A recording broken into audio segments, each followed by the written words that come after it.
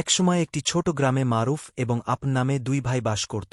মারুফের বয়স ছিল 10 বছর এবং আপন, যার বয়স 8।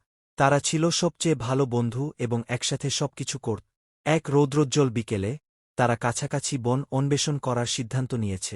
যখন তারা বনের গভীরে ঘুরে বেড়াচ্ছিল, তারা পাকা, লাল আপেল দিয়ে ভরা একটি সুন্দর আপেল গাছে হোঁচট খেয়েছিল। সুস্বাদু ফল দেখে মারুফ ও আপন দুজনেই ক্ষুধার্ত ও উত্তেজিত। তবে গাছটিতে একটি চিহ্ন ছিল যাতে লেখা ছিল, এই আপেলগুলি কৃষক আব্দুলের, অনুমতি ছাড়া নেবেন না। বোর্ড হওয়ায় মারুফ বলেন, আমাদের না চাইতেই এই আপেল নেওয়া উচিত নয়। আমাদের নয়, তা নেওয়া ভুল। অপরদিকে আপন রসালো আপেল দেখে প্রলুব্ধ হয়েছিলেন। তিনি উত্তর দিলেন, কিন্তু মারুফ, কৃষক আব্দুলের কাছে অনেক আপেল আছে, আমরা কয়েকটা নিলেও সে খেয়াল করবে না। মারুফ মাথা নেড়ে জোর দিয়ে বলল, না তার অনেক থাকলেও এটা ঠিক নয়।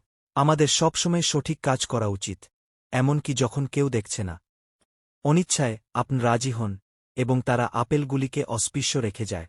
পরিবর্তে তারা কৃষক আব্দুলের সাথে দেখা করার এবং অনুমতি চাওয়ার সিদ্ধান্ত নিয়েছে।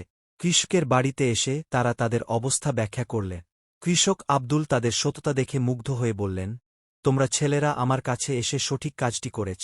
তোমাদের সততা এবং অন্যের সম্পত্তির প্রতি সম্মানের কারণে আমি তোমাদের প্রত্যেককে এক ঝুড়ি আপেল দেব। মারুফ ও আপন আনন্দে মেতে ওঠে। তারা কৃষক আব্দুলকে ধন্যবাদ জানিয়ে আপেল ভর্তি ঝুড়ি নিয়ে বাড়ি ফিরে গেল।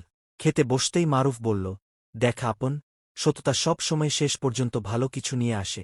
আপন মাথা নেড়ে বলল, এখন সঠিক কাজ করার গুরুত্ব বুঝতে পারছি। সেই দিন থেকে উভয় ছেলেই সর্বদা তারা যে পাঠ শিখেছিল তা মনে রেখেছিল। সততা এবং সততা যে কোনো দ্রুত লাভের চেয়ে বেশি মূল্যবান। আর তাই মারুফ এবং আপন তাদের গ্রামের সম্মানিত এবং বিশ্বস্ত সদস্য হয়ে বেড়ে উঠেছেন। তারা সেই দিন জঙ্গলে যে মূল্যবোধ শিখেছিলেন তা সর্বদা জীবনযাপন করে।